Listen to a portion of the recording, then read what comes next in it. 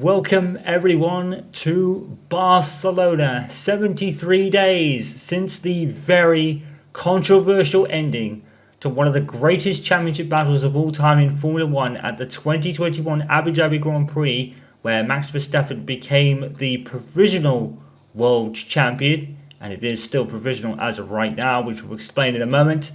We are here as 2022 Formula 1 is beginning early because there are a raft of different changes to not really least of all, to the cars this year. So many changes to the front and rear wings, aerodynamic physical endurance and other kind of car changes have really granted us, the FIA have granted the 11 teams, and that's right, you heard me right, there are 11 teams for 2022 as we had a very late entry in the day last month, which caused a real burst of excitement, not just from the team, but their driver lineup, one in particular. We will have a rundown and all that information coming for you up very shortly.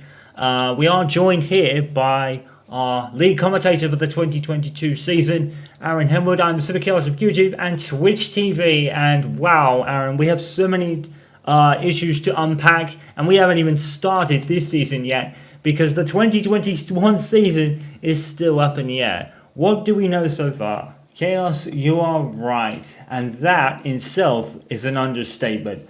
Oh boy, well, what do we know so far? Well, we know that Max Verstappen is still, as of now, provisionally the 2021 World Drivers' Champion in Formula 1. There was a very, very political uproar following the end of the 2021 season, not least of which on social media, which had very different opinions on both sides. Basically, to give you guys a quick recap of what happened, Nico Hulkenberg crashed on the laps before the end of the Abu Dhabi Grand Prix. The safety car comes out and Lewis Hamilton decides not to pit and keep track position as Max Verstappen is coming into the pits. Now, the first real contentious opinion of many people on social media and beyond is that Lewis Hamilton did not have time to pit because of the way when the yellow flag came out, he was already past the pits. Now, watching the race back, a lot of people have actually noticed that that actually wasn't the case and Mercedes did have ample time to pit. So many people believe that the loss of the championship was actually Mercedes' fault because they didn't pit Hamilton and basically didn't cover the fact that Verstappen was in the pits. And basically they didn't pit because Max would have kept track position, which is a valid point. But the thing that's really contentious is the fact that it didn't end under the safety car. Now, it was going to be very touch and go whether the race was going to end under the safety car or not. And it didn't. And I think the real contentious agreement that was decided by the race director at the time, Michael Massey, is that the track is clear and only a certain number of cars were allowed to overtake. Basically, every car between Hamilton and Verstappen was allowed to unlap themselves, not the entire field. Now, usually, what would happen in this situation is the whole field would gain a lap back, and then we'd restart on the following lap. Had that been followed through, the race would have ended. So there is, I think Mercedes were right in not pitting, thinking the race was going to end on the final lap under the safety car because of the procedure that takes place during the safety car period. That's what Mercedes were really kind of angry about. So they rightly appealed. They did appeal with the decision at the end of the race. They had two appeals, actually, but both of them were thrown out by the race stewards. So at the end of the day, that's result confirmed. But this has gone on very much longer than that, as we probably expected. There's currently an inquiry going on right now to kind of decipher the situation and see what can be done about it. Now, from a neutral point of view, 2021 was fantastic. We had all sorts of controversies and stories to keep us going all through the season, not least of which the bizarre situation at Spa, which was another contentious talking point. But I think that leads into the thing that was really mostly talked about during the 2021 season, and that was race direction. Race direction was certainly a contentious subject throughout the year, and it just continued right to the last moments, didn't it? We had the Silverstone controversy when Lewis Hamilton and Max Verstappen collided at Cops, and then there was all this discussion between Christian Horner and Michael Massey and even Toto Wolff on the other side. Was Max in the wrong? Was Lewis in the wrong? Lewis was given eventually a 10-second penalty and won the race. There was the race at Spa, of course, which wasn't a race. It was a 2-lap procession under the safety car with, I think it was full points awarded, or at least half points awarded, even after 2 laps, which I think was the right decision, really. I think Lewis was probably given the right decision, although you could argue both ways on that one, but Spa was the right decision to me. The rain was very treacherous, and even before then, in qualifying the day before, we had Sebastian Vettel on the radio, furious about the fact that they were starting qualifying, and Lando Norris had that big shunt down into a Rouge, I believe it was. And yesterday, the following day rather, the conditions didn't abate really, and we were left with almost the same conditions. We had about 2 or so laps under the safety car before the race being called off after the 4-hour period, which is all in the regulations. So I don't think this is a consensus argument either side. All the regulations were followed through to the latter in the Belgian Grand Prix. Should there have been any points after almost no race? Probably not. But, it was all in the regulations and all above board at that point. So no rules were really broken there. It's just Abu Dhabi that people fear rules were broken. I don't think rules were broken, and I don't think there was any foul play on the side of Michael Massey. There was obviously disagreements and certain situations being argued by both Toto Wolff and Christian Horner during the whole safety car period. But usually, as we said, the race would normally end under the safety car in that situation because of the procedure. So it was such a strange thing, wasn't it? Out of nowhere. And we're left in the position now where Max is provisionally the champion. The inquiry is still ongoing, but the FIA have permitted Verstappen to run the number 1 in his car during the shakedown test this weekend, and also possibly during the pre-season official test at Bahrain next month. Seems to me like Max Verstappen is going to be the champion really no matter what the inquiry turns up, because if they are obviously happy with the result of Abu Dhabi to stand. Now obviously on social media there's been a bit of an outburst about that, particular criticism towards Nicholas Latifi, which is going to be completely unjustified, and thankfully Lewis Hamilton, being the man that he is, has actually supported Nicholas Latifi in this instance, as has the Williams team, and as has almost every other driver, including Max Verstappen, that has actually come out in support of him. So that's been, that's obvious. They're all standing up for their fellow driver, and that's the right thing to do. But social media has definitely not been the right kind of behaviour on it, but that is the kind of issues that social media can have sometimes. There are limits to it. It is a thing to keep everyone engaged and have everyone talk about the sport they love, but some of it has been too much, and I think there needs to be something that's done about that. I think Lewis Hamilton in particular came out about that. So it does seem like the 2021 champion will be Max Verstappen. You cannot really punish him for any foul play on his part. We have seen titles and winnings taken away from various sportsmen before in the past for personal infringements. There's no personal infringements against Max Verstappen. This is an advantageous situation that he benefited from, but had no real part in it. The only part he was doing was his job. He was racing around the track. And basically, while his team principal and the other team principal argued towards Michael Massey for days on end, Michael Massey basically did what he did, and Max had the full advantage of it. Like we said, Hamilton could have pitted at that point, but they didn't want to pit because they thought if they pitted, then Max would have track position, which is valid. So, but they were under the impression that the race would end under the safety car, and it didn't. We could go back and forth about this. We've been doing it for months, but I think at the end of the day, the initial appeals from Mercedes were thrown out, and I don't think there's anything really the FIA can do. The result has to stand because, yes, it was maybe wrong on the part of the race director, but there's no foul play involved there. He's not affiliated with Red Bull because that's just ludicrous. And Max Verstappen, you can't punish him from profiting in this situation. So I think the champion is Max Verstappen. I personally think the inquiry is not really going to go anywhere, or it's going to turn up something new that will probably get the rules adjusted. We know that the sporting regulations have been adjusted for this season to avoid this situation, but I don't think we're going to be changing the champion anytime soon. Unless there is something against Max Verstappen that him personally has benefited from in that situation. I know it's wild, but accepting or bribing or whatever, which there isn't. There's no evidence of that at all. So, barring that, what can we really do? What can really be done? You can't strip a man of a title that had no. The only part in the play that he did was his job. The argument was between the team principals. You could probably punish Red Bull or Mercedes for pressuring Michael Massey into the situation he found himself in. I mean, there might be dot points for that, but the season's over. The season's over. It's all set in stone. We've seen controversial incidents like this, not like this before, but we've seen other controversial incidents, like 1994. Michael Schumacher, should he have been given the title when he collided with Damon Hill? I think personally it's a 50-50 scenario. We also had Michael Schumacher excluded from the 1997 championship for his part in Jerez. The reason that was given is because of Schumacher's previous incidents and notoriety for those incidents, and Michael Schumacher wasn't the champion at the time, so they probably could have excluded him anyway. Of course, they did let him keep his wins and all the stuff he done throughout the year. The only thing he lost was his points.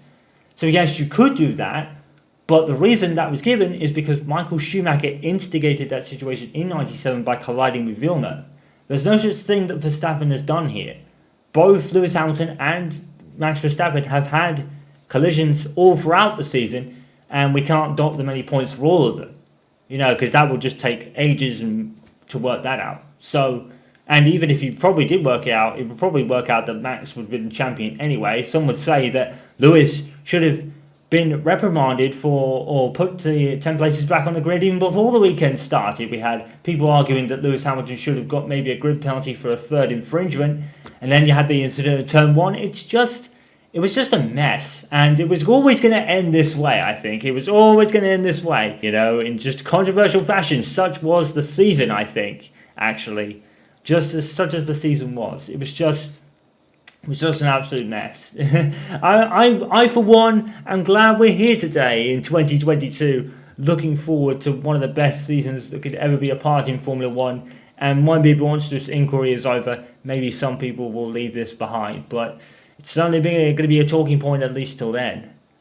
So what do we know going to the 2022 season? Well, as you said, we have an 11th team, and that's probably bound to the excitement here, because a famous sporting giant has joined the F1 grid this year, many years earlier than expected, and they have one of the best young talents on the grid, alongside one of the most experienced men on the grid at that point. One of their drivers, with the retirement of Kimi Räikkönen, I believe is the third most experienced driver in the sport at the moment, behind Lewis Hamilton and maybe a couple others.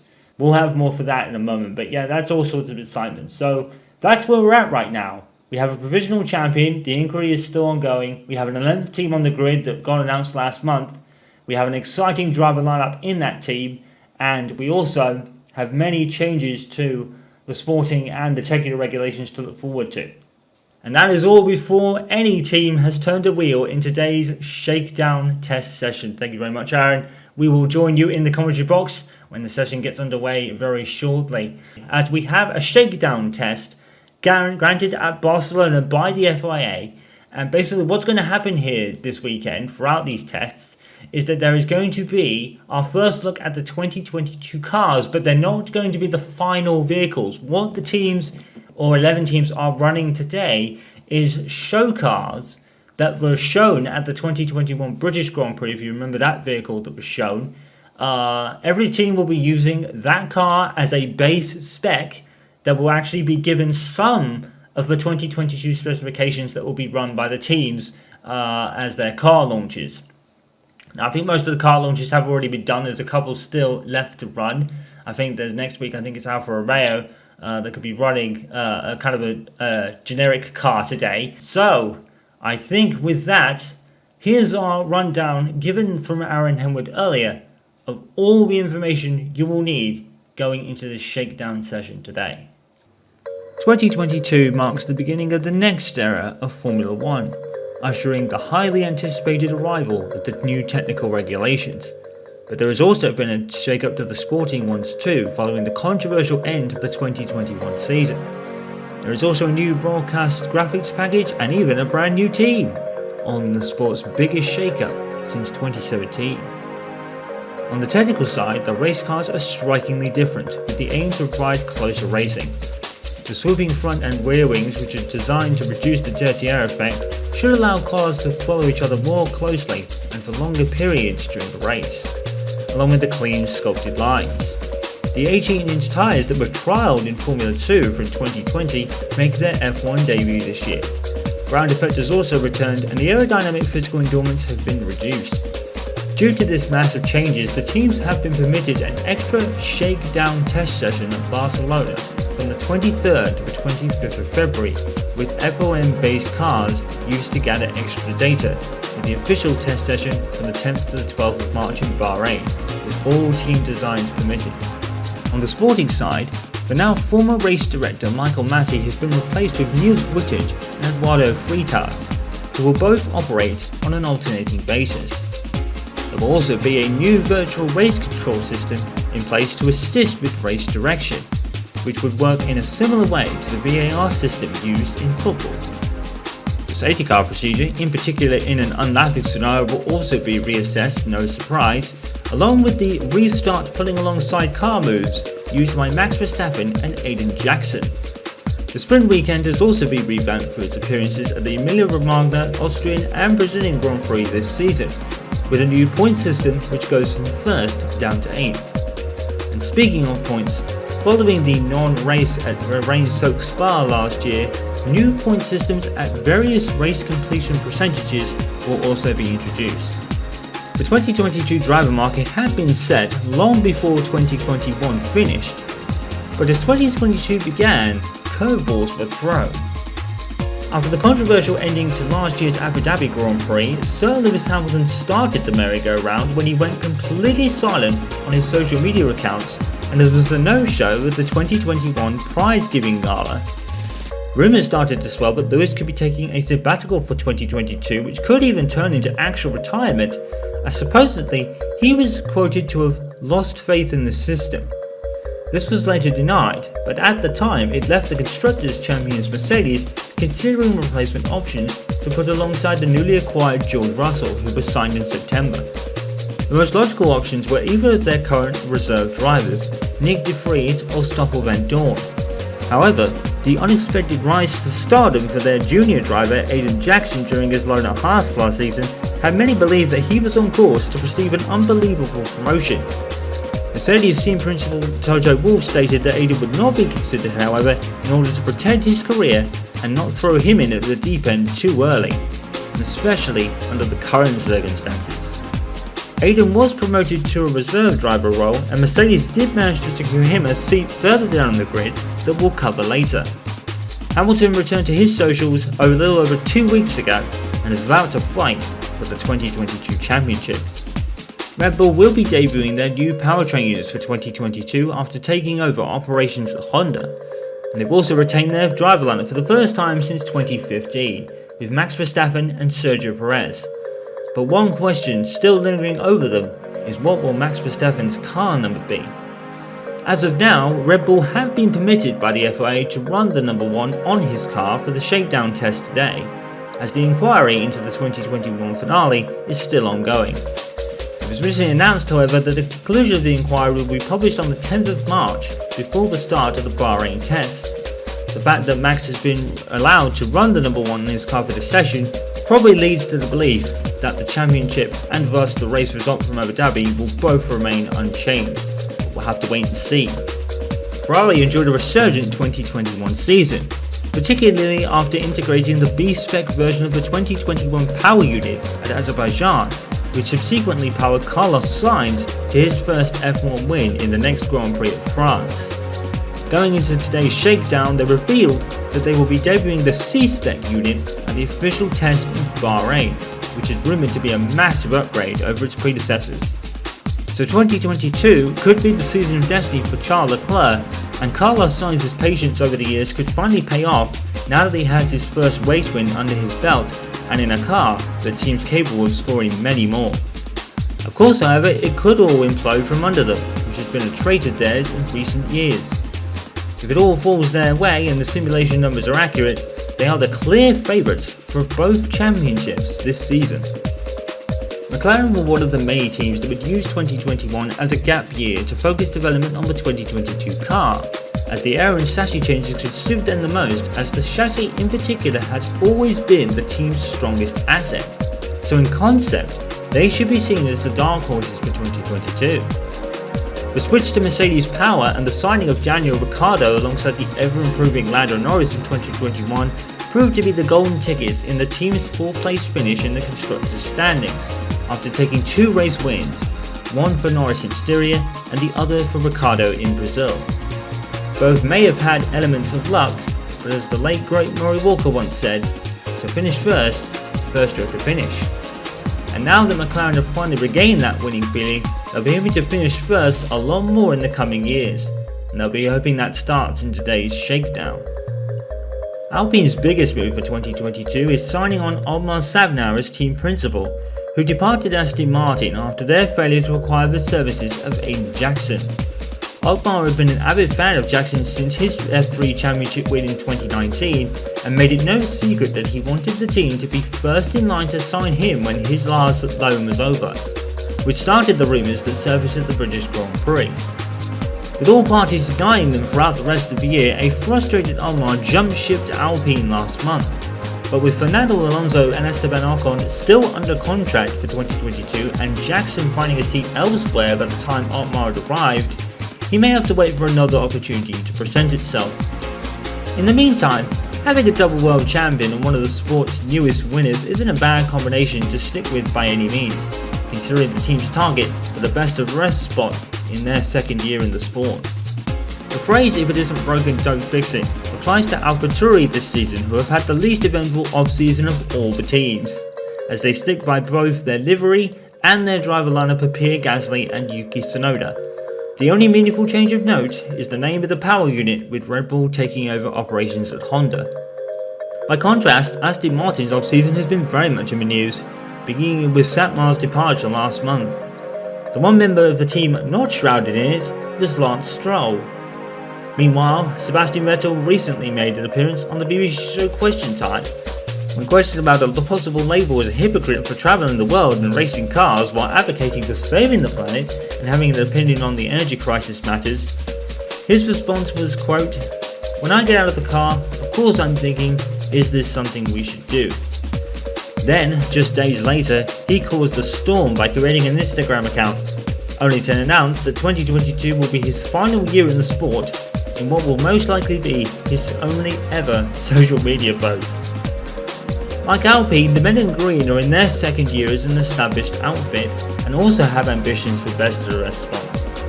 But now they'll need to do some convincing to show Vettel's replacement that they are the place to be going forward. There's no disputing the fact that Haas were truly the heroes of 2021. They started the year on the brink of collapse after their previous sponsorship sagas left them in financial ruin. Then, after initially signing Nikita Mazepin over Aiden Jackson purely for financial security through their new title sponsor Yukali, the FIA forced them to demote him to 3rd driver after a controversial video was posted on his Instagram account. Despite agreeing to the terms, Yukali head Dmitry Mazepin froze the team's 2021 funding as a result, which left them with little more than a base car to run for the whole season in order to stay afloat to compete in 2022. And yet, after all that, they became fairy tale winners at Monza and secured 8th in the constructors' standings ahead of Williams and Alfa Romeo, resulting in vital prize money. All thanks to Aiden Jackson, who became an overnight star of the future. With his punishment served and Jackson called up elsewhere, Nikita Mazepin will return to driver duties alongside Mick Schumacher for 2022, and all involved are looking to take big strides forward this season. Schumacher will be of particular notice as he's always performed better in his 2nd season in every phase of his career so far. So the George Russell era is finally over at Williams as they look to continue their upward trajectory. Nicholas Latifi stays on of course, but the wild card pick of the season is the returning Alex Albon, after a year on the sidelines following a difficult spell at Red Bull in 2020. It's a perfect position to get his career back on track as the team continues to improve under their new ownership. Alfa Romeo are the only current team to completely change their driver lineup following finishing bottom at the Constructors' Championship last year. Kimi Raikkonen was retiring anyway, but Giovinazzi's fate was sealed after his costly mistake in Mexico when he collided with Kimi, taking him out of the race from a points position. Valtteri Bottas was signed last September and will provide valuable experience along with his great team play attitude. But the second driver is a real pick from left field that no one was expecting in Zhou Guanyu, who becomes the sport's first ever Chinese driver promoted from Formula 2 after stints in the Ferrari and Renault driver academies. No doubt the biggest news in the pre-season, however, is the introduction of a new 11th team on the grid, making 2022 the largest field of cars since 2016. Audi Sport have had their eyes on the sport for some time, especially after plans for the 2022 technical regulations and also the 2026 power unit regulations were approved. They initially planned to enter through a strategic partnership with Sauber after their Alfa Romeo deal concludes at the end of 2023, then become their own works team in 2026 along with their own powertrain units. However, two significant things happened in January to entice them to bring their entry forward: Nico Hulkenberg and Mercedes. During the summer break of 2021, Audi Sport F1 revealed their concept livery for 2026, using the FOM show car, alongside the chairman of the board of management of Audi AG, Markus Duesmann, member of the board of management for technical deployment, Oliver Hoffmann, team principal Chris Whiteman, and race engineer Rob D, who were both part of the legendary Raven West Racing Company, and finally, newly appointed Audi Sport Ambassador Nico Hulkenberg. Unbeknownst to everyone, however, is that behind the scenes, Audi Sport F1 were actually considering the possibility of bringing their entry date forward, seeing 2022 as an optimum opportunity, considering the previous formworks will be thrown out of the window with all the changes coming into the 2022 season. They already have the car design, the livery, the team personnel, and even one driver in Nico Hulkenberg. The only thing that could stall this plan was the powertrain units, as they would not be ready to make the 2022 season, and there'd be no benefit to pushing them through early, so they were essentially without any power units. This is where Mercedes came in with an offer to power them, but they added a clause: take Aiden Jackson on as the second driver. Aiden Jackson certainly needs no introduction. Formula 3 champion in 2019, in the year he was signed to the Mercedes Young Driver Academy. Formula 2 runner-up to Mick Schumacher in 2020, and a fairy tale rookie year in F1 in an uncompetitive Haas car, culminating in his first win against the odds at Monza in 2021. And yet, despite his ever-growing list of accomplishments and mid-season rumours linking him to Aston Martin, every possible option fell through and left Jackson with no race seat anywhere, and he looked to be spending a year in the reserve role back at Mercedes. This Audi Sport deal Jackson has signed is interesting. It's essentially a rolling deal running until the end of 2025, but Aiden can get the call up to a Mercedes race seat if the need arises, but the engine deal will continue until the end of 2025. If that becomes the case. Are you confused yet? In any event, Audi accepted the terms and the new signings didn't end there. Former McLaren mechanic Mark Priestley was assigned as Aiden's race engineer, while Rob D would take the lead driver. Less surprisingly, that honour was handed to Hulkenberg. Many would point to brand loyalty and a marketing ploy for a German driver driving for a German manufacturer, but Nico's experience may prove to be more than valuable for a team entering its first season under their circumstances, and he finally gets to lead a factory team, even if it is at 98%, alongside the raw race-winning talent of Jackson.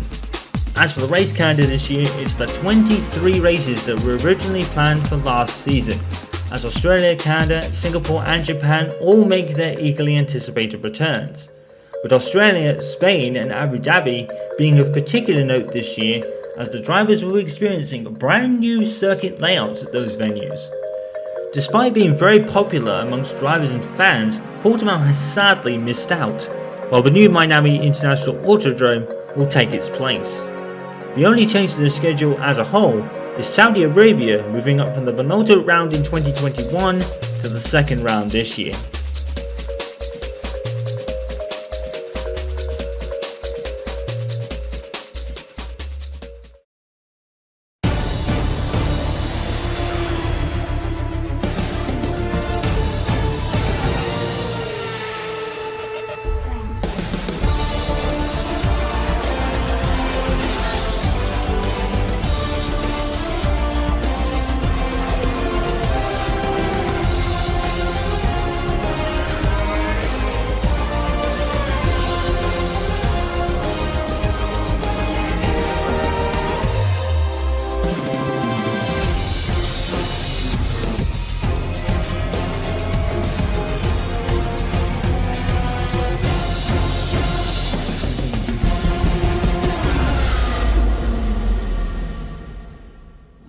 The 11 teams are ready.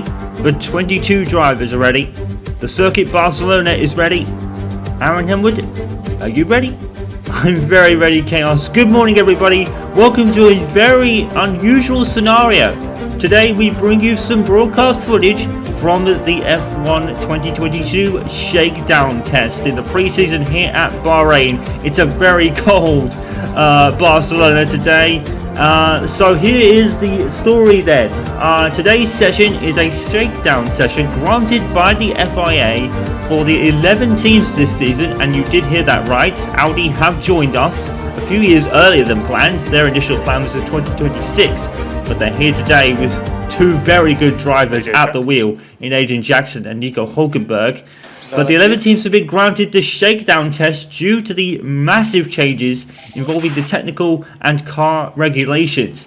And this will be a chance for teams to gather some extra data. But keep in mind, this will not be the final cars when we reach the Bahrain test session next month on the eve of the 2022 Formula 1 season. This is the FOM show car that Audi were actually able to use for their concept livery when they revealed it back in August of last year during the summer break. They are using that livery today on the car, but the only footage we'll have, because this is a shakedown test session and none of the teams want their rivals to get one up on them, particularly Audi, as we have been granted some onboard footage in terms of the cockpit for Aiden Jackson, but they're not going to pull a fast one entirely, because Nico Hulkenberg's run will be shown using the TV cameras that we do have placed around the circuit today. So if Audi do want to hide something, they're trying to go with a bit of a sneaky way about it in terms of Jackson, but Hulkenberg is still going to get his car seen. But don't forget, this is an FOM show car. This is a base car used by the teams to do use for this session, and some of the teams, as they have launched their cars, particularly Audi being one of them, will actually use the 2022 specifications of their own on these cars. A piece of FM show car adapted to many teams already planned 2022 specifications. As all the teams haven't actually launched their cars yet. I think we're 1 or 2 away from completing the grid. Audi are going in with a car they showed in the summer break of August last year, because it's pretty much the same car. And I think they've got the show car for their actual concept car today. So this might be the actual final Audi car we see going into Bahrain next month. And we are seeing here Aiden Jackson. Oh man, am I glad to say that. We all thought at one point that Aiden Jackson was not going to have a seat during the end of the 2021 season. He was a loanee at Haas. He was a fairy tale Grand Prix winner at Monza. And everyone thought, oh, Jackson's just shoe in for the seat next year. Not so. All his other options at Aston Martin and others fell through completely, with Aston Martin opting for Sebastian Vettel alongside Lance Stroll, which coincidentally will be his final season in Formula 1. Sebastian Vettel, that is. And Williams opting for the returning Alexander Albon alongside Nicholas Latifi. And with the Mercedes Works team pretty much contracted with Hamilton and Russell until the whole saga with Lewis Hamilton's disappearance, really, you could say, on social media, and being a no-show at the FIA prize-giving gala last year. He is back here today, and he will be racing in 2022 after causing a bit of a merry-go-round for a while. But Lewis Hamilton will be competing for the 2022 title in the Mercedes. So with that, it pretty much left Jackson with nowhere to go until this Audi deal appeared in January, in which he will be racing for Audi until he gets a Mercedes race seat in sometime in the near future. If not, as he goes kind of slightly into a spin there, slightly struggling with the handling, Mercedes are going to be made today because these are brand new cars to what the teams have been used to for the last few years since 2017. But to continue with the story, just to reiterate again, Jackson has a rolling deal with this Audi team until at least the end of 2025. If Aiden Jackson is not in a Mercedes seat by then, which sounds very unlikely given his track record at the moment, then Audi will have the option to sign him for 2026 onwards, and that'll be when the engines are completed for Audi. They are on a customer deal, which makes them 98% of a works team, but their works team engines aren't ready yet, and Audi saw no benefit to bringing them through early and losing some performance.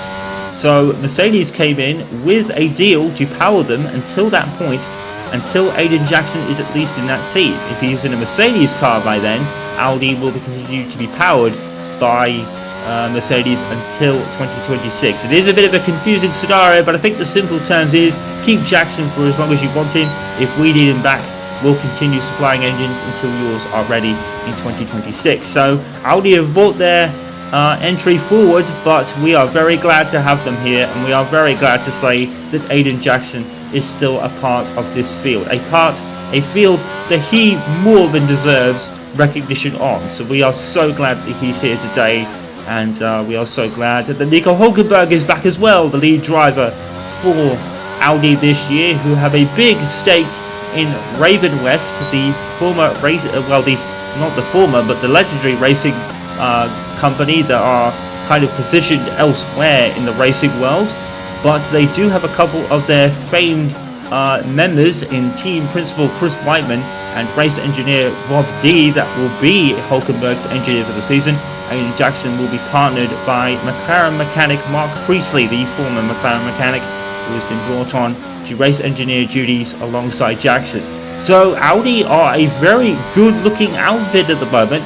We have no idea where they will be. Jackson, of course, have set the first time on the board, but bear in mind it's only the one time on the board at the moment. And Jackson's also on the hard tyres. I think it'll be hard pressed to see if Audi actually do run the soft tyres. All the compounds are available today, as Jackson makes a mistake in that chicane, and he went. Okay, there's been some damage to the floor. We recommend you come in so we can make repairs. And I was actually thinking that. Oh, Jackson has a lot of damage according to his engineer, Mark Priestley there. A lot of damage apparently to the rear diffuser and the underfloor. Will be right on it to see if it actually does cause Jackson some problems. He might even come straight in, but he did take a hefty trip over those curves. He managed to save it. But so far on this small run from Jackson, we've seen how different these cars are to handle. And Jackson is going to take a bit of time to adjust to that. Max Verstappen's already set the fastest time with a 1:25.8. Jackson's time is a 1:24, I think that says, which I think is wrong. Oh, it's a 1:23 from Verstappen, not 1:25. Jackson's a second slower than that in the Audi. But of course, Jackson's run wasn't entirely clean, and kind of some wobbles with the car throughout the lap, and he's coming straight in. So I wonder if we'll be seeing Jackson for the rest of the day. Let's hope so. Diffuser and bodywork damage to the underfloor then. That might not take too long to fix. That might be about a 20-minute, 30-minute job, but every second is going to be vital, at least for Audi, in their first outing in these cars. But they have the luxury of knowing that this will not be the final kind of cars of the season. So if they damage these ones slightly, they might not lose too much. But track knowledge and car knowledge is still going to be paramount to them, even if it's a car they won't be using for the rest of the season. This is show cars, they'll have their own car adapted later. Car repairs have set us back a little. So it's probably going to be about an 18 to 20 minute job, we're estimating, for Jackson on the underfloor. So let's see some times then. Carlos Sainz has actually gone faster than everybody so far. Max has actually dropped to third, behind Bottas of all people. So when the times come in, so there's no times for the Audis, no times for Jackson. Jackson's is actually last with a 1:25 at the moment, or a 1:24. So he'll be probably down to the back. We already have the 1:20s coming in for Carlos Sainz and Bottas. Well, Bottas with a 1:21. George Russell in the Mercedes then, a second slower.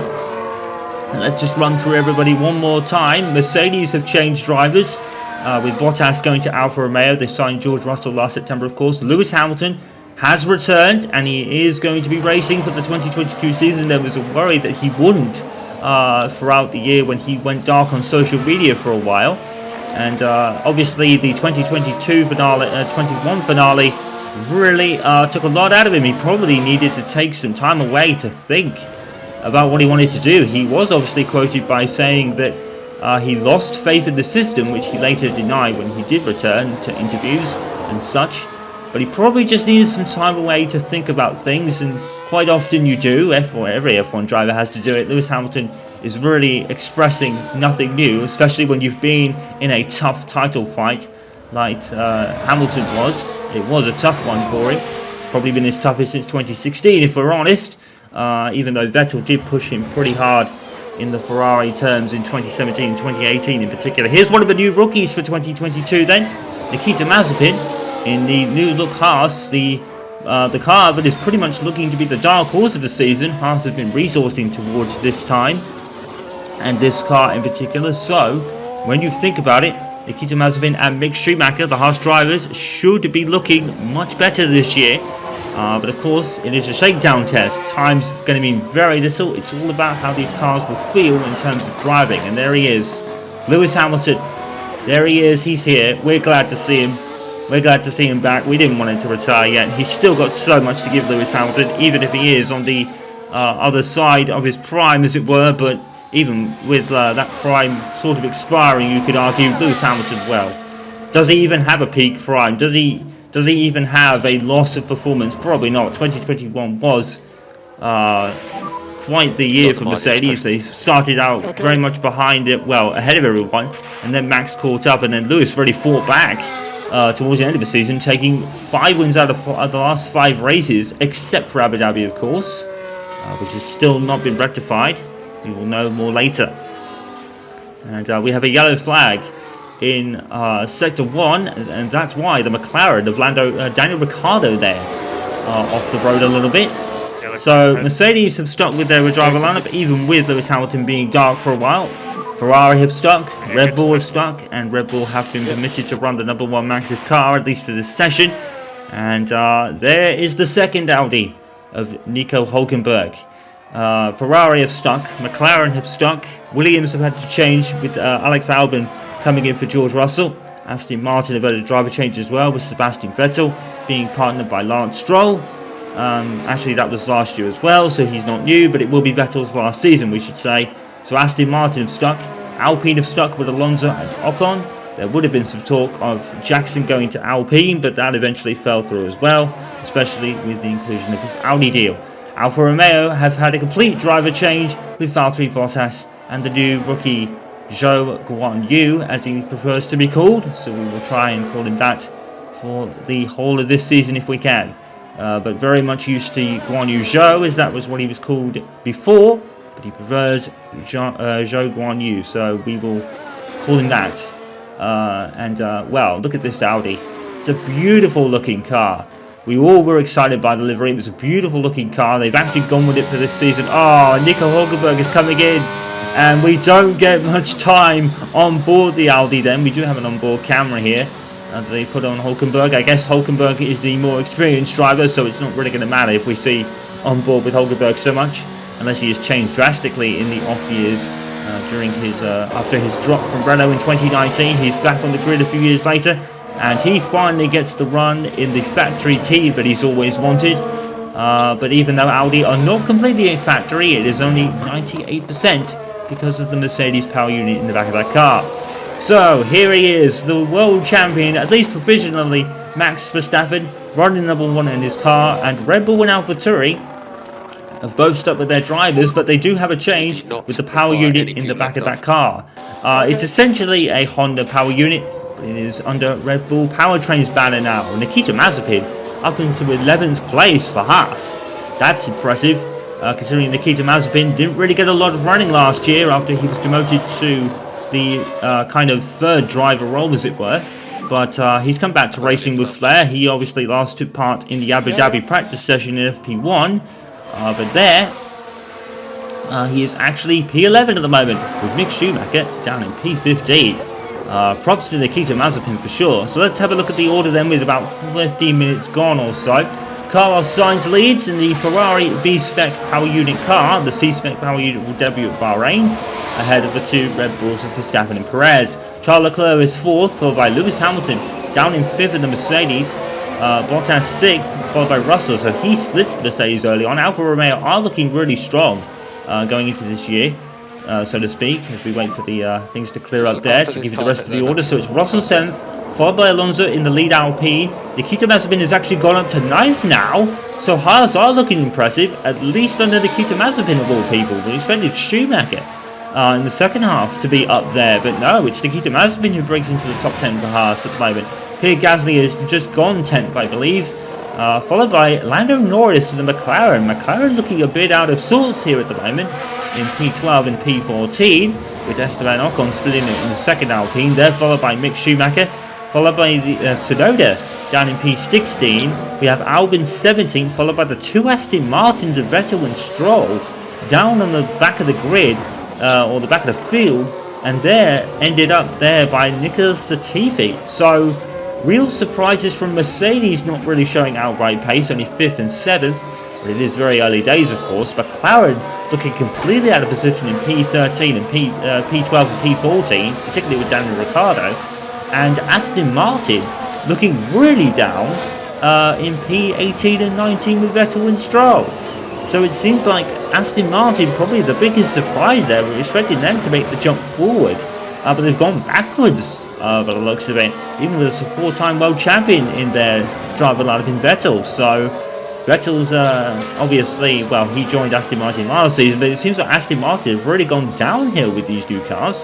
And of course, no one knows what these new cars are going to feel like. This is a shakedown session with show cars, so it's not going to be completely testament, but times will tell for a little here, as Perez was reporting there too hot with the tyres, which is very unusual for Sergio Perez, as he's usually a master of looking after his tyres, but in that instance, Perez is struggling with slight overheating. And of course, the tyres this season are the 18-inch tyres that were trialled in Formula 2 in 2020, which Aiden Jackson took part in, and was runner-up to this man, Mick Schumacher, in the 2020 Formula 2 season standings.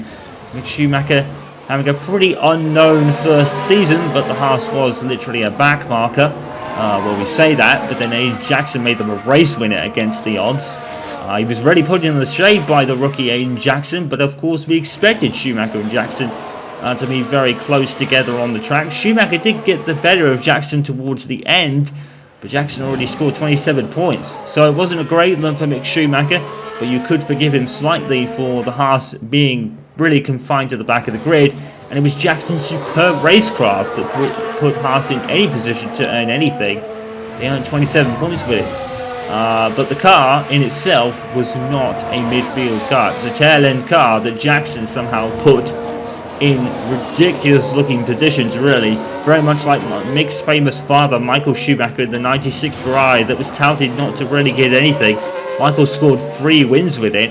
The Haas was pretty much the same scenario, but it was Aiden Jackson that took the win and the other 3 points on top of it at France and Silverstone, respectively. And Silverstone, of course, in 2021 was a year on from the magnificent rain weather performance from Jackson in the 2020 feature race, in which he won after falling down to the back of the grid on lap 1. So no real changes in the order so far. It seems pretty stagnated now. I think drivers are just really focusing on their long runs. Some of them are running with soft tyres, and the new Audi team really much towards the back at the moment, 21st and 22nd, of course, having set no times. And Jackson is currently in the pits, still with car damage. But thankfully, it probably won't cost them too much. It can be easily fixed. It's not the kind of crashes and things that Haas was subject to in 2021 because the car handled so badly for most of it. And, well, Lewis Hamilton, it's a really the real alarming fact here is that Hamilton and Russell are not showing real outright pace at the moment. What is Lewis running? He's running with soft tyres then. All 3 compounds are available to the drivers for the shakedown test. And I think George is on the hard tyres. So Mercedes not really looking pacey with them at the moment. It's the Ferrari B-spec power unit once again leading the top of the tree in this shakedown test. And if you think this is scary, watch the C-spec power unit that Ferrari will debut in the Bahrain test next month, because that has been feared to be the best power unit on the grid, ahead of Red Bull powertrain and Mercedes and Renault, of course, in the back of the Alpines. That is your lineup today. No Audi, because they are running Mercedes engines at least until 2026 at the latest. They might have to bring it forward if Jackson is swayed back to Mercedes to maybe replace Sir Lewis Hamilton one day. Of course, Lewis Hamilton announced that he will be taking his mother's maiden name in the future, but we will still be calling him Lewis Hamilton. Thankfully, he's told us that is absolutely fine, and he said leave out Sir as well. We had a quick yellow flag there from someone, not really sure who. Ricciardo apparently has run wide, I think, at turn 2. So McLaren still struggling with their handling of their car. as one of the McLarens was in the kind of going wide at the beginning of the circuit earlier, causing a quick yellow flag. So everyone's really just getting their runs at the moment, it seems. The outright pace has been set by Carlos Sainz. Max Verstappen only a tenth behind him. And Charles Leclerc and the Aston Martin of, I believe it's Stroll, already going for some racing here. They might as well. And, well, Charles Leclerc not getting one over on the Red Bulls, as it were. He's still behind them, surprisingly. Bottas in the Alfa Romeo in P6. Alfa Romeo are rumoured to be really good looking going in. Yeah, that's very, very bad. And Perez struggling with the handling of his car. Very, very bad, he says. Given that, he's only a tenth off half a second of Carlos Sainz, so I don't think it's that bad. But of course, every driver is different. There's been some possible sayings of Red Bull suiting the car towards Verstappen. Why wouldn't you? He's the world champion, after all, provisionally at least. Nikita Mazepin still in 10th place. The Haas is looking impressive, but only under the hands of Nikita Mazepin. Strange, really. But credit to Mazepin. He's taking it like a duck to water at the moment. And Haas are looking better. Mazepin is of now just over 1.5 seconds slower than Carlos Sainz, which makes the improvement over 3 seconds because Haas were 4 seconds. Whoa, that was a McLaren going off. That's Ricciardo again. Daniel Ricciardo is still struggling with the McLaren. Of course, Ricciardo a race winner in 2021 at the Brazilian Grand Prix. And McLaren double race winners in 2021 with Norris taking it in Styria. So just on the way, if you give us some feedback on tools and what we can look at. Yeah, I didn't feel too bad like this. It's a pretty normal feeling car from Max Verstappen already. He seems pretty much in 2 minutes. We are expecting Max Verstappen and Aiden Jackson to be the real standouts of these cars because of how downforce heavy they are, and they do like downforce on their cars. Aiden Jackson and Max Verstappen, their driving styles are very similar. So if one can gel with the car, the other one can. As we are back on board, kind of, with Nico Hulkenberg in the lead Audi, as it were. And he's on his outlap right now. He's on the soft tyres. So the Audi are deciding to run the soft tyres, at least on Hulkenberg. I think that's a good move, to be honest. They're not going to know a lot about the option tyres, or the soft tyres as they were. But Hulkenberg will already know about these soft tyres. We'll know about the compound at least, not the size of them, of course. And hopefully we can stay kind of on board with Hulkenberg here as he starts his first flying lap, the first flying lap of Audi Sport F1 team. Here we go. And Hulkenberg is going to set this time. He's going to be held up a little by the Williams, I think, unless it's going to the pits. Thankfully for Hulkenberg, I think it has. So Hulkenberg now has a clear track in front of him. Actually, no, there is the Williams, but it's a bit further ahead. I don't think Hulkenberg should be affected too much. And of course, these new cars are touted to be following each other much more closely, with the downforce effects drastically different on these cars with the front and rear wing shapes.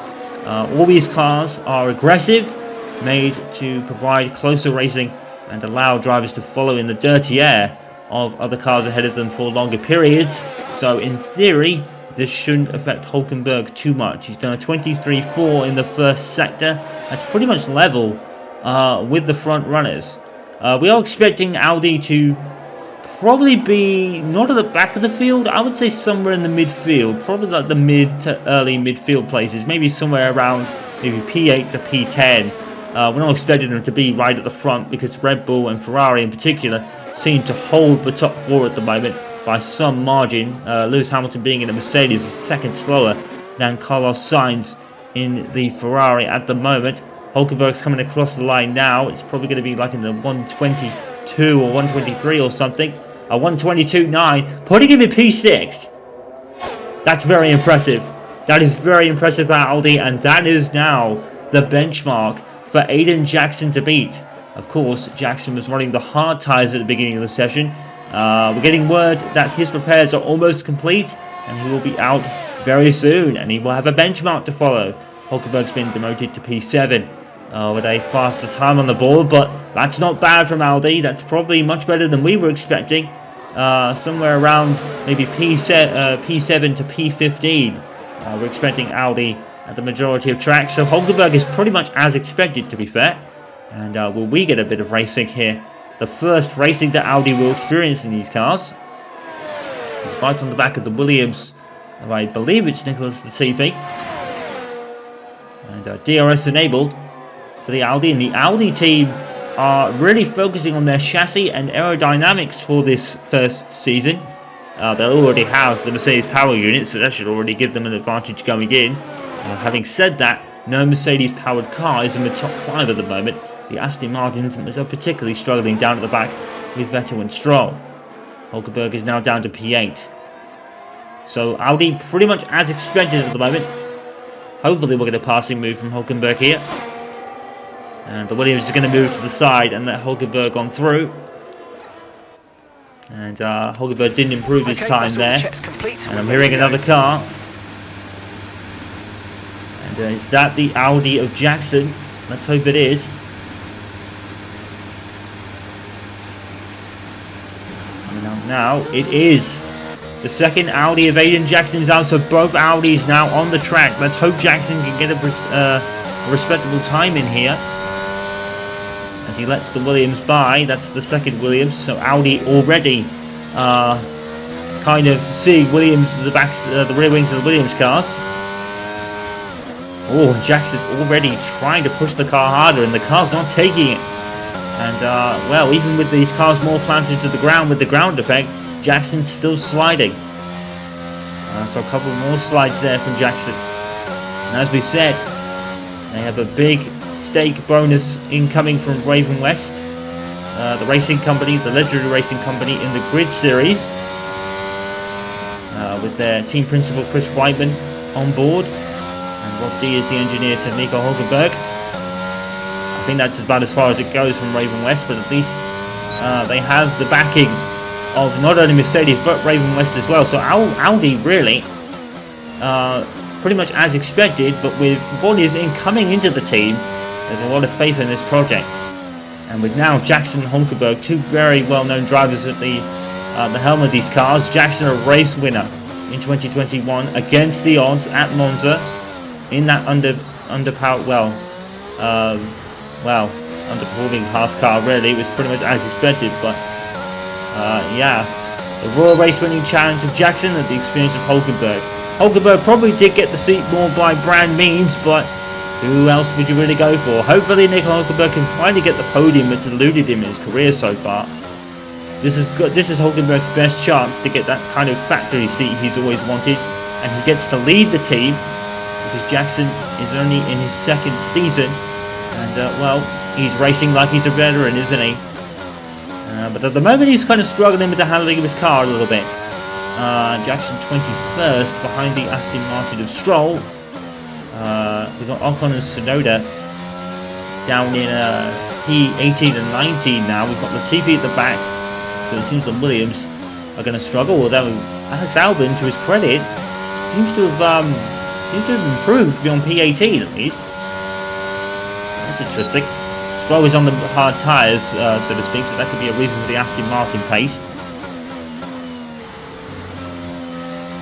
You gotta love, this is really nice because we get to see Aiden Jackson, the way he throws the car into corners. His driving style is so aggressive looking, but it's also so clean, as we noticed last year.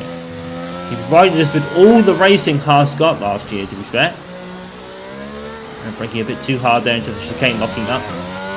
You saw the reprofiled, I think it was turn 10. This will have a new layout going into the season, with the corner reprofiled after the second DRS zone. First one is here down this start-finish straight. Closes under brakes. Jackson to turn 1. Clean. Takes a little bit of curb in turn 2. Gets away with it. According to this time, he was already a 10th off, but he's lost that 10th in the middle of the corner. Jackson sets a PB in sector 1. If it goes green, it's quicker than he has been before. If it's purple, it'll be the fastest sector of the session so far. And again, trying to turn the car in, but it wouldn't oblige there. Still struggling with the steering, Jackson. This is a new car to him too. Struggled in the chicane again, Jackson. Albon has been demoted to P18, so Tsunoda has gone quicker. And that's the reprofile corner there. Jackson takes that lovely, but he does get a bit of throttle more than he probably would have liked on the exit. He is going to go quicker, but not by much here.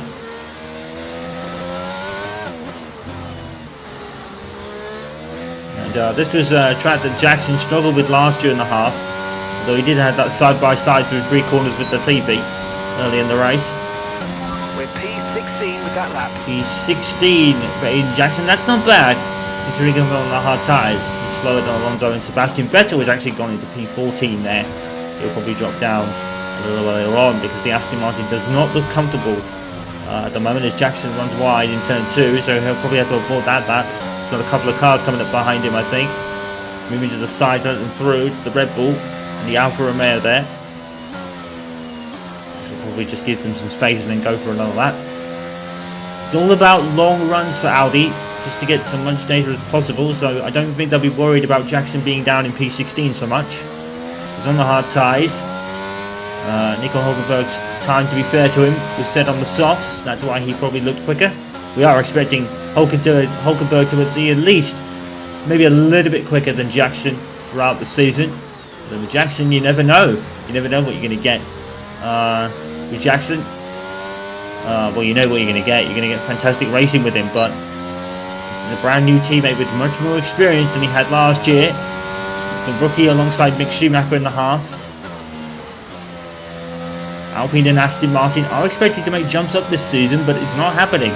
Vettel down in P14, Alonso down in P15 at the moment. He's probably going to go faster somewhere down the line.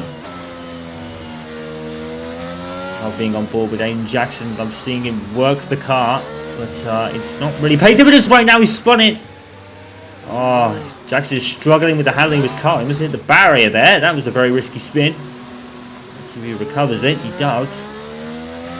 Yes, Jackson's struggling with the handling then of his car. He's not feeling it. And that's the first spin we've seen from Jackson, like, probably ever, actually. Because he's very much on the road in 2021.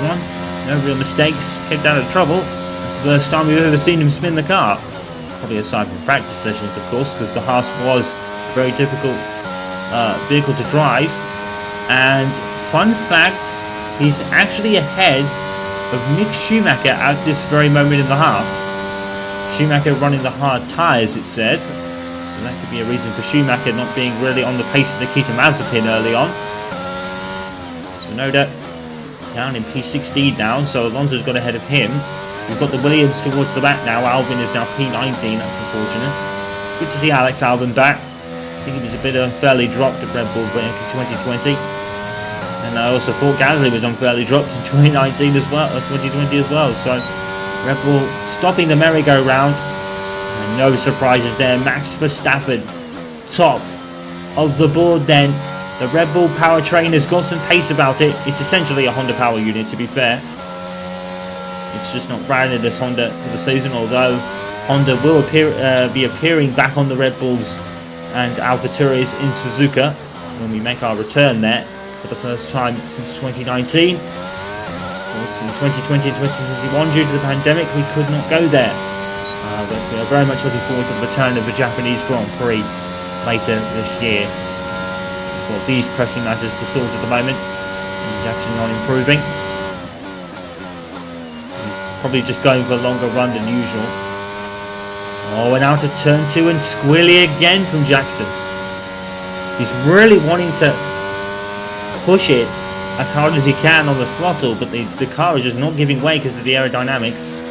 We'll have a special in-depth interview with some Audi team members coming up on Paddock Cast from Will Buxton.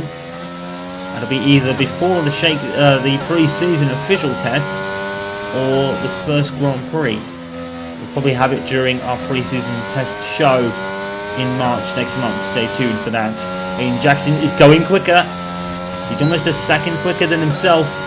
in the first sector. Here he comes to the second sector, about 7 tenths, if he can take this corner nicely. He's also struggled at the final section of the track where that chicane is.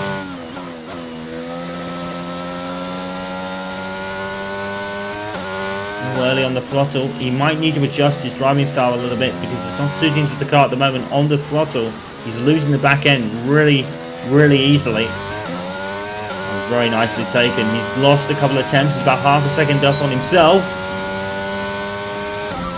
P16 ahead of Ocon. To be fair, he's less than a second behind the lead car of Verstappen on the hard tyres. So again, it doesn't look ultimately fast from Jackson, but to be fair, seeing this is Audi's first outing, they will certainly take within a second of the leaders at the moment. Leader being Max Verstappen, unless Carlos Sainz, I believe, maybe have gone quicker as well. We'll get the full table back in a moment. He's going to stay on board with Jackson as he's going quicker again. Jackson is starting to get the grips with this car. He's trying to counter slides and he's losing in time. It's unfortunate.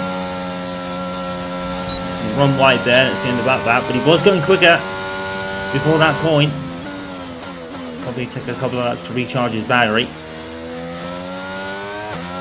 It's all up into P14. Tsunoda now behind the Audi, and the Alpine behind the Audi as well. So Audi exceeding expectations even with Jackson down in P16. Oh, lock up there on the front left from Jackson. He's certainly not ragged, but his style is certainly starting to show some kind of mistakes, which is unfortunate. Well, not mistakes from Jackson, so to speak. Mistakes are going to be common in these new cars. 20 minutes of this session remaining. We've got Max Verstappen at the top of the board at the moment. The Audis of Hulkenberg and Jackson are within maybe half a second of each other. Jackson's just showing down lower than Hulkenberg. I think Hulkenberg is like P11 at the moment. Probably P10. I think it was P9 when we last saw him before Jackson came out.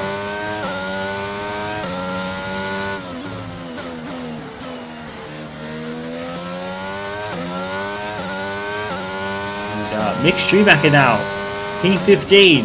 It's a little better, but he's on the medium tyres there, so he's actually ahead of the Alpine of Alonso and Ocon, both of them. So Haas are looking better than last year, very much better considering where they were. New reprofiled, I think it's turn 10 for Jackson. He's certainly not used to that corner very well.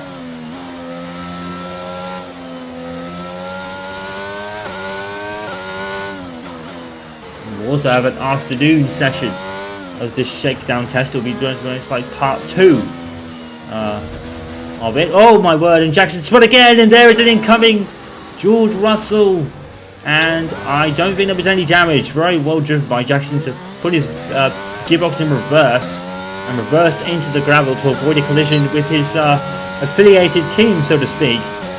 Almost a bit of a calamity other than Mercedes family there, but fortunately Jackson and Russell avoided each other. That would not have gone down well with Mercedes hierarchy. Jackson probably having a collision with his possible future teammate in future years, but not today. Lewis Hamilton is today, and it's still only up into P5 at the moment. Mercedes are not looking altogether that strong. Well, not as strong as they have been in the past at this stage of the season. Of course, Mercedes are known for what's called sandbagging, so we have to keep that in mind as well. They could rock up to Bahrain in the pre-season test and blow everyone away, which has been expected of them in the last few seasons.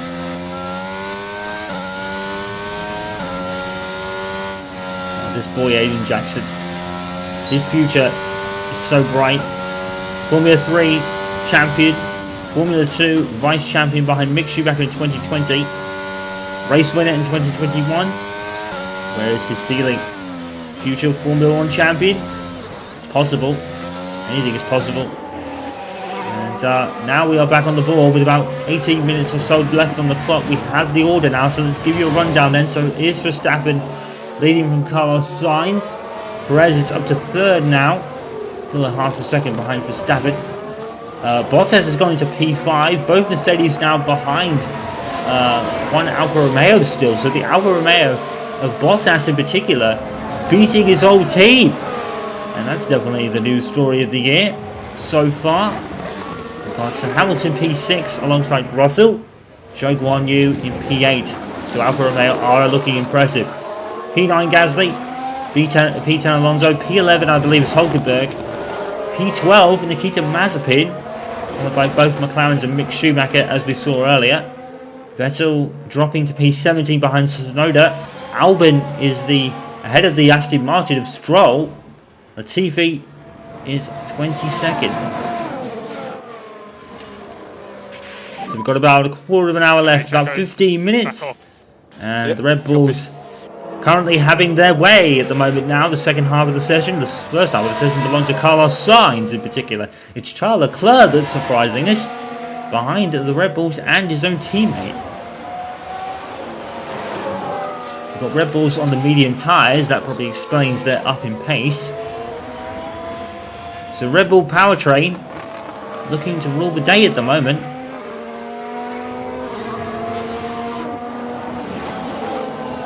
Of course, we got Perez here behind the Alfa Romeo. Again, Perez talking about tyre temperatures. He's struggling with them. Of course, he has the new 18-inch tyres that were debuted in 2020 and Formula 2. Russell's running the soft tyres, I think. So to see him down in P8, surprisingly enough, Guan Yu Zhou has actually slid them now, or Zhou Guan Yu. He's going to take some getting used to that. But yeah, Zhou Guan Yu up into P7 then. So Alfa Romeo certainly looking like the surprise package. Of course, they have the Ferrari C-spec, B-spec power unit in the car. They will have the C-spec unit, as will Haas. So all the Ferrari powered teams will be level keel going into Bahrain. And the C-spec unit is rumoured to be really scary this year, so Ferrari could have their ace in the hole in their Ferrari power unit. As Russell has gone ahead of the McLaren there of Ricciardo, who's been struggling all day with the handling of his car. A very popular race winner last season at Brazil in that action-packed race where Lewis Hamilton and Max Verstappen came to blows, one of the many times they did.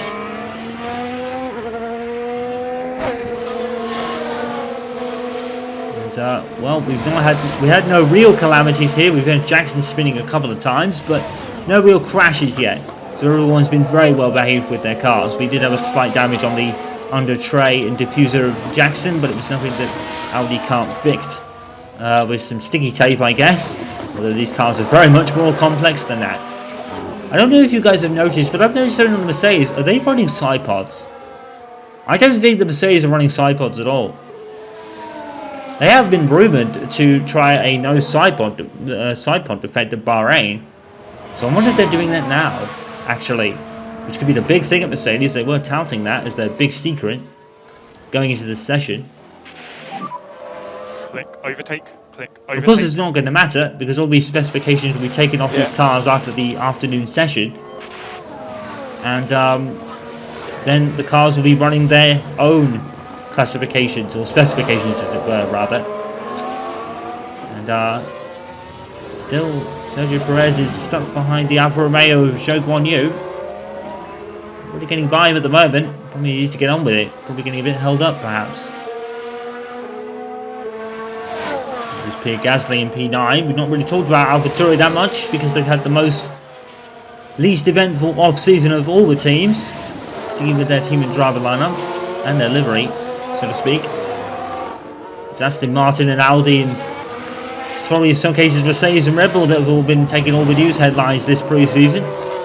Now some talking's being done on the track, and on the track right now Max Verstappen is doing the talking at the top of the timesheets and pretty much staying there, although to be fair, the Ferrari power unit is right behind him.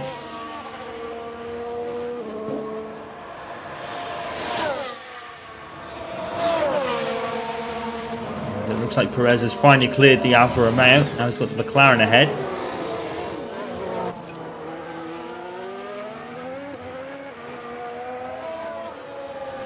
About 15 or so minutes just about remaining left this morning. Hands on lifting post for now. Copy. I think Perez has been told to push, so it looks like Red Bull are ready to push Perez that little bit more, getting ahead of Sainz.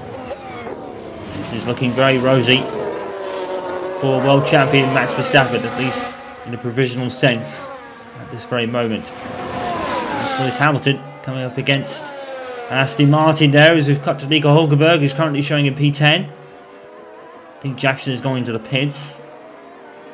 Now Hulkenberg's coming in, so the Audi's sitting on P10 and P16 with Jackson, I think it was. I think someone might have, actually a couple might have gone a bit faster. Audi is showing us 17th in the speed trap with Hulkenberg with a 190 miles per hour. That's not very fast.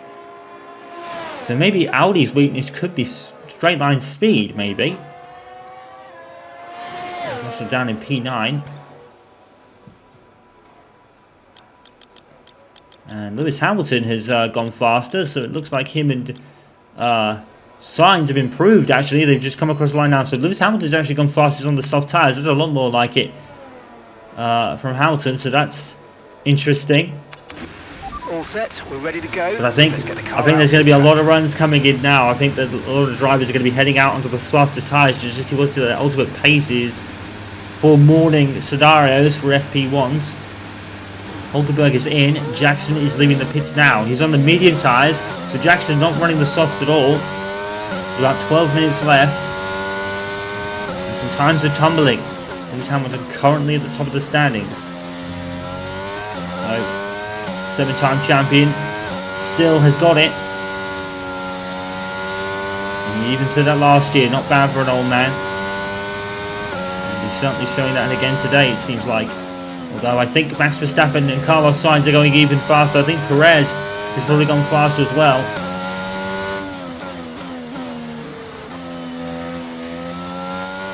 We're very interested to see what Jackson does on the medium tyres. This will be really good data gathering for Audi. Even though they lost about 20 minutes with Jackson, he's gained it all back in the runs. 12 laps for Jackson at the moment. These early laps on the medium tyres are going to be crucial in terms of setting a time. If Jackson can get around the top 10, that would be very impressive. I think that would be Jackson's, anything higher than P17 would be Jackson's highest position in a practice session in his career so far, because he was confined to the back of the grid for the most part during 2021 in the Haas, in the uncompetitive Haas. Just want to remind you to keep an eye on your tyre temperatures, which you can do on the temperature panel of the MFD. Monitor carcass temperature and surface temperature. You'll get the best performance when they're both inside a normal operating window. Surface temps tend to fluctuate faster, so try a few laps with the data open and get a feel for how to control them. Pretty sure Jackson probably knows that, but it is always good to have a reminder there from your race engineer. That's Mark Priestley on the radio, former McLaren mechanic, reporting for race engineering duties at the Audi F1 team. And already Jackson is looking better in the first sector, PB. Aiden Jackson, of course, he is on the medium tyres, so this should already be an improvement. A bit too much inside curve there from Jackson, but I think he might get away with it in terms of track limits. Track limits will still be implemented during the shakedown test, so if you are obviously cutting a corner, you will have your lap time deleted. There's still going to be officiating, even though we're under new race directors now. Eduardo Vertiaz being one of them. He's the main race director for today. Michael Massey, formerly race director, not with us anymore. All the controversy surrounding the Abu Dhabi Grand Prix. Didn't necessarily think it was Michael Massey's fault. He was really kind of pressured into his position. He should have stuck to his own, stuck to the rule book and stuck to his guns maybe. 122 from Jackson, that's impressive. That is P12. So Hulkenberg and Jackson within tenths of each other on two different compounds. That's impressive for Jackson. We weren't expecting him to be light years ahead of Hulkenberg. He is going to be a tougher challenger than Schumacher was, or respect to Mick Schumacher. But the Haas car was definitely in a more uncompetitive state than this Audi car is right now. with its backing, and famous motorsport name, and the backing from the likes of Raven West and Mercedes in particular. Raven West is more team personnel, more than anything financial. The Grid Championship racing legends certainly are excited by what they have brought themselves in for here. And team principal Chris Whiteman, renowned with his results in the Grid Championships with the Raven West outfit. And they certainly have a keen eye. It is a partnership with Audi. It's more strategic and in the background, so to speak. It's not going to be on there. Raven West is not going to be on this car. But they certainly have handed them some team personnel. And keeping a watchful eye on maybe some other opportunities in the future. But as for now, it's only a personnel matter with the legendary racing company. So here we go then. Jackson having his lap time deleted.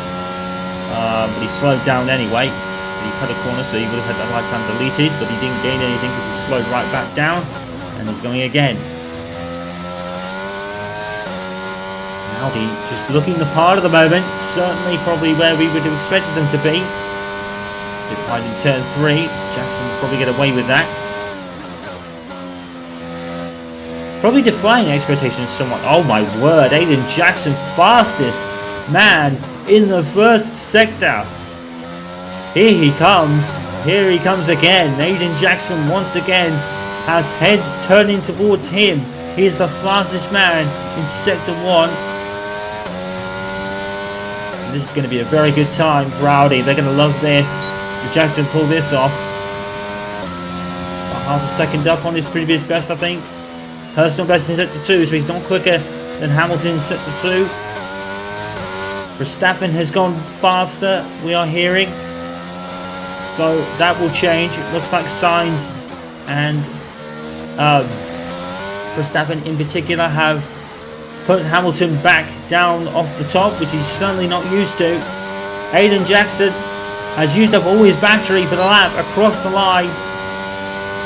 It's a 1:22.1. He is less than a second off the top time by Max Verstappen. Aiden Jackson is sitting P7. Perez has dropped to P8, but I think he's going faster right now.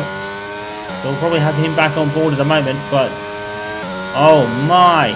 Aiden Jackson in P6 ahead of his teammate who was on the soft tyres. Jackson ultra fast on the mediums. And he loved the soft tyres last year. Couldn't really do anything with any other compound.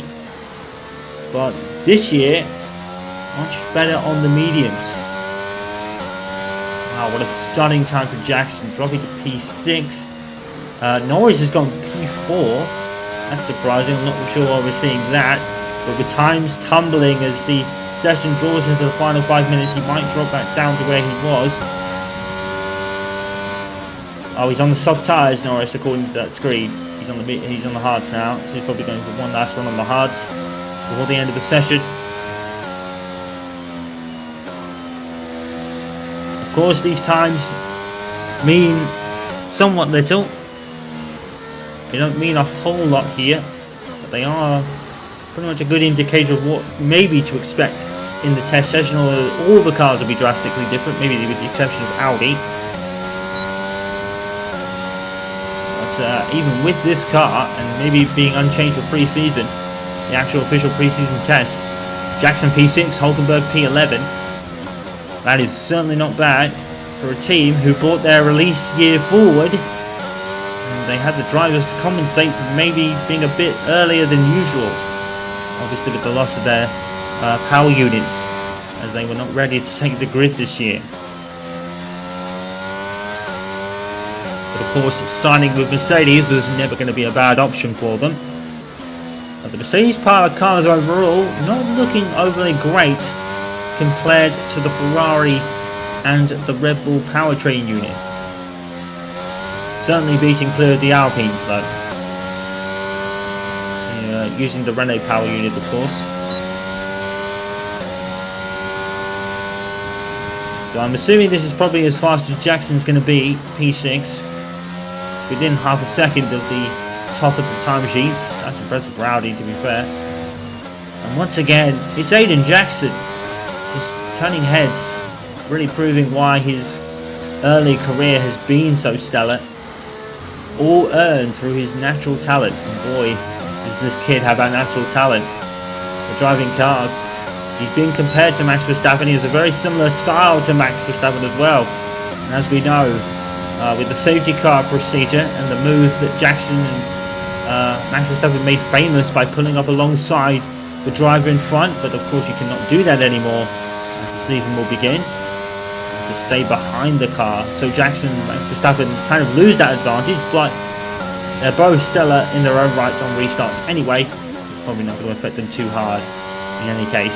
Verstappen will probably most likely be out in front for the most part, with Hamilton and both Ferraris on his tail. It seems like only reliability could stop Red Bull powertrain this year. But some new challenges have arisen for their future in the name of Audi. Audi Sport F1 team P6 and P11. Not a bad return. The Alfa Romeos certainly are surprising as well. Bottas ahead of the Mercedes of Hamilton and Russell. Zhou Guan Yu, the man splitting them, I think. Not sure why it's saying Perez is P9. Kind of confused by that. He could be going faster anyway as the end of the session approaches. We are hearing that Jackson has done his last lap of the day, so 19 laps for Jackson in this early stage. It's not really the run that he wanted. He lost some time, but he made up for it in position. So we know that Audi has a fast car underneath them in short stints, but maybe the afternoon session will tell us more about where they are in terms of long running and how that will work. But right now, Audi seem to have some pace, and Jackson once again is the man turning heads towards him. Expecting him to be rather level with Hulkenberg this year, but today he's ahead of him.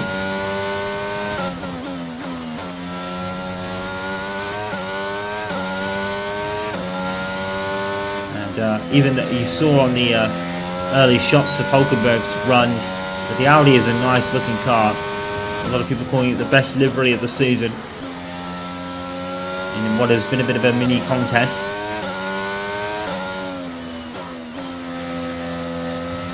This has been an absolutely stellar run by Jackson. Looks like he's going to come into the pits. There are not the Raven West crew, but they do have Raven West pitmen as well, Audi. They have a lot of Raven West people on board, and I think it's showing to be very well placed there. They are legendary on the Grid Championships after all, multiple championships. And, may not be official in terms of Formula 1 or Super License points, but certainly made their own names in their own right there, in multiple countries too. Now they're in the world of Formula 1 with Audi, currently sitting 7th and 11th with Jackson ahead of Hulkenberg. What a run for them. Probably not the whole run Jackson would have wanted. Probably lost some time, but he made up for it in position there.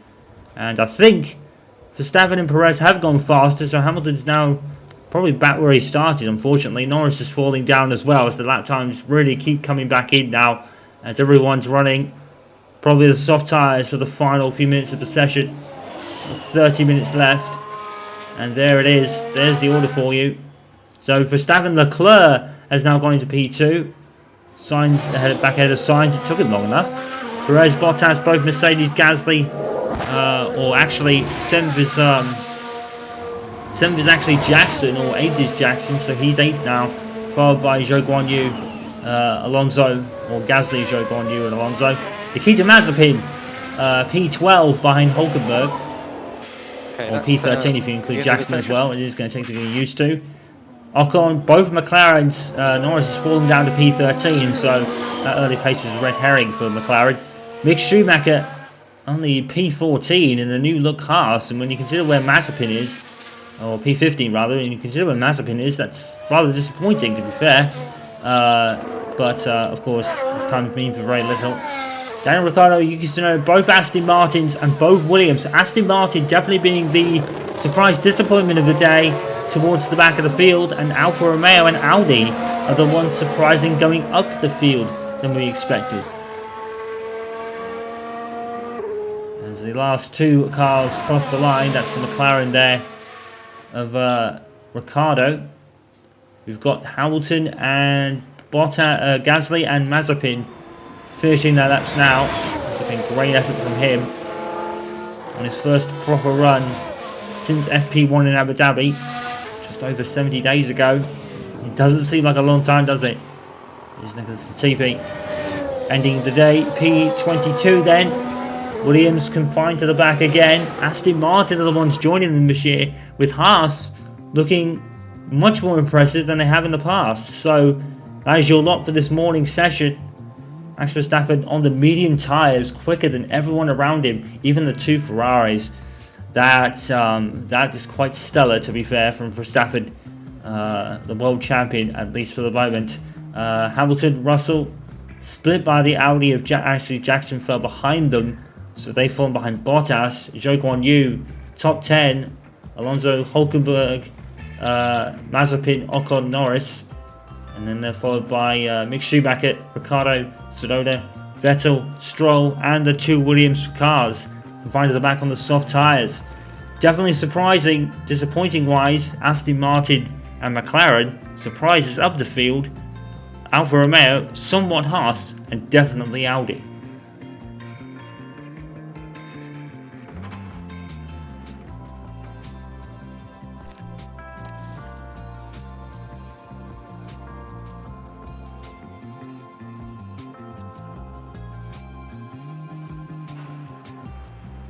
So that is your lot for the afternoon session, and indeed for the pre-season shakedown test.